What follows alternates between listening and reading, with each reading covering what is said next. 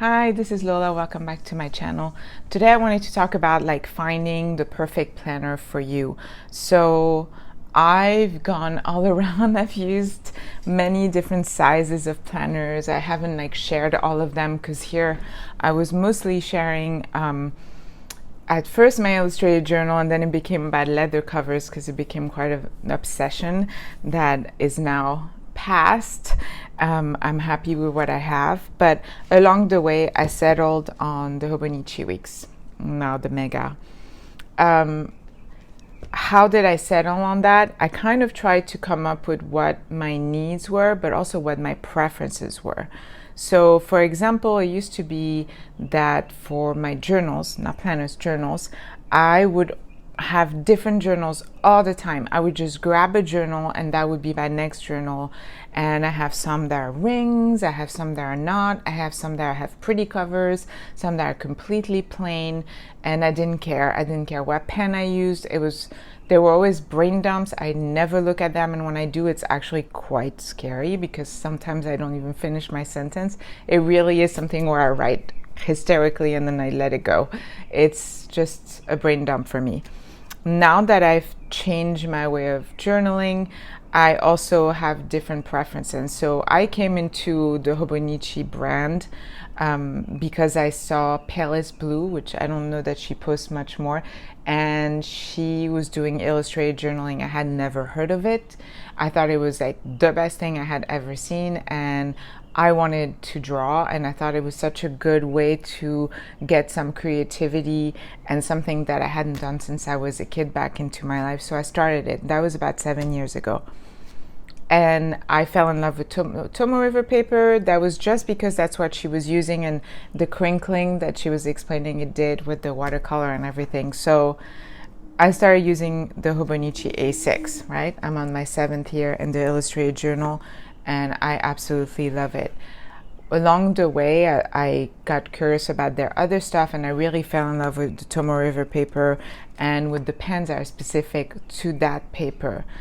And I tried an A6 for planning, which is what we use a lot in high school in France, where you're in high school, you have an A6, an agenda, like we call them, and you write your homework in it, and everybody has one, and there's a bunch, and they have these little covers, slip covers that you put them into. So it's no surprise that I love the A6, but for planning, it totally did not work for me. I tried the Traveler's Company. I hated the paper.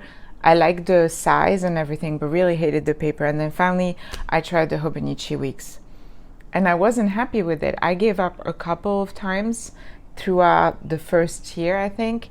And I think it was because every time I would look on YouTube and there was somebody using a different type of planners, I was like, oh, I love the way their planners look, and they're so organized, and obviously they have everything together, and it's thanks to their planner, and I should try that.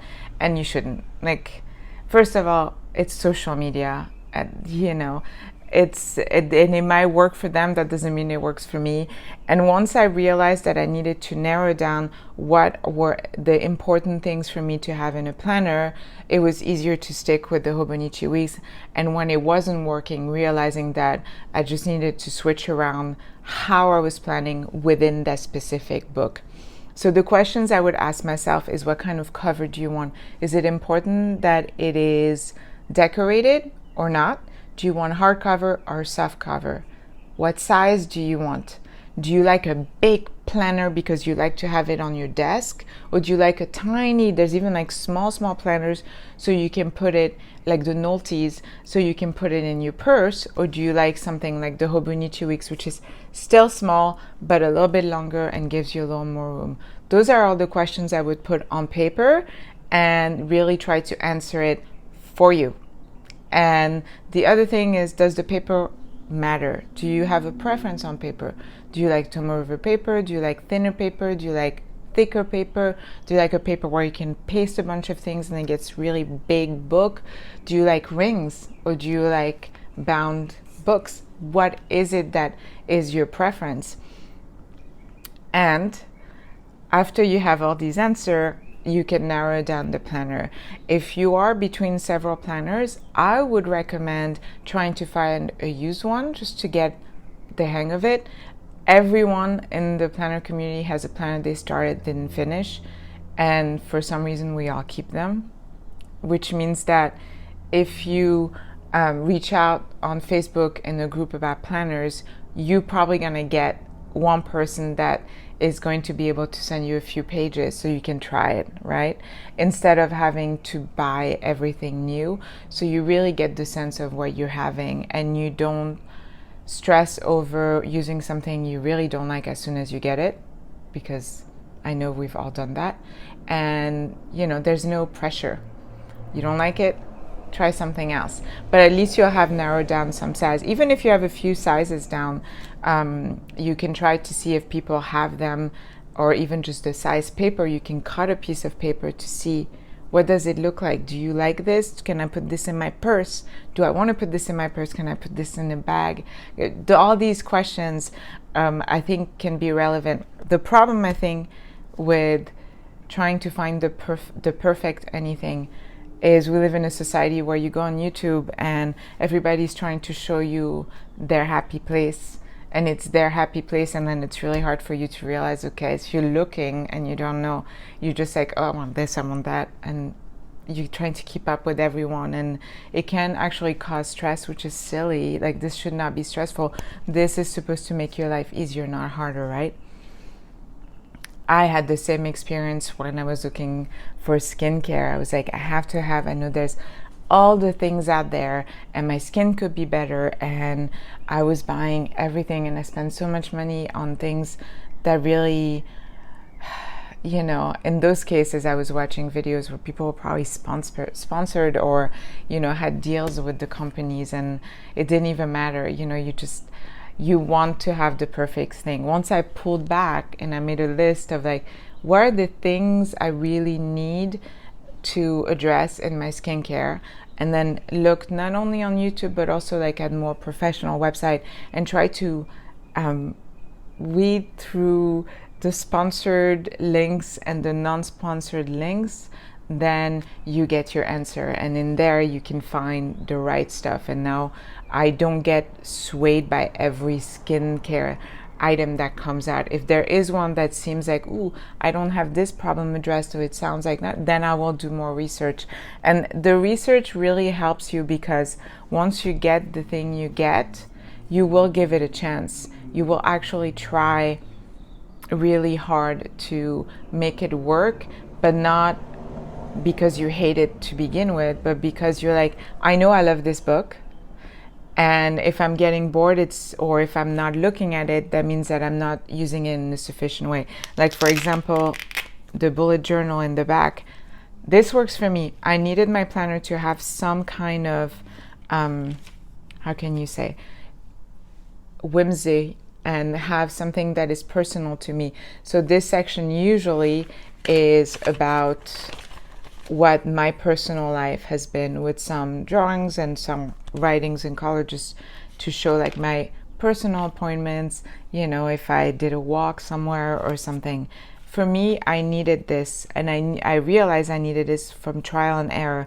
And then in the back, I have reproduced a week's version that works better for me. But I was realizing I've been using this format for a while, and I wasn't checking it anymore.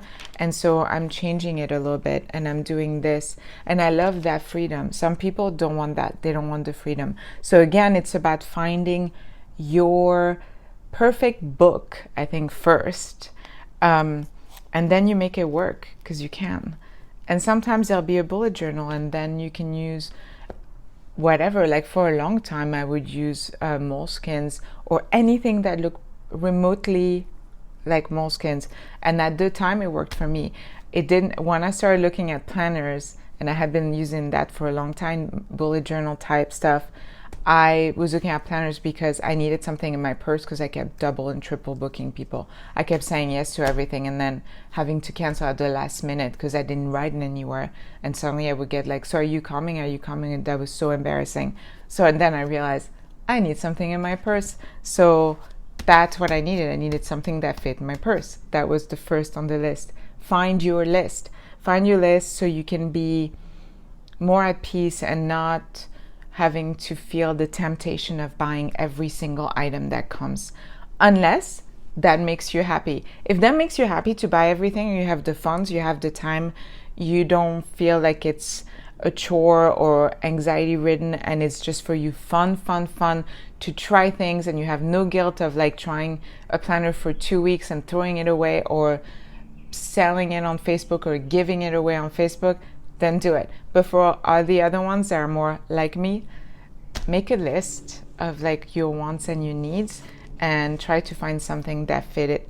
the closest. That's it. That's my advice. I hope everybody's doing good, and see you soon. Bye bye.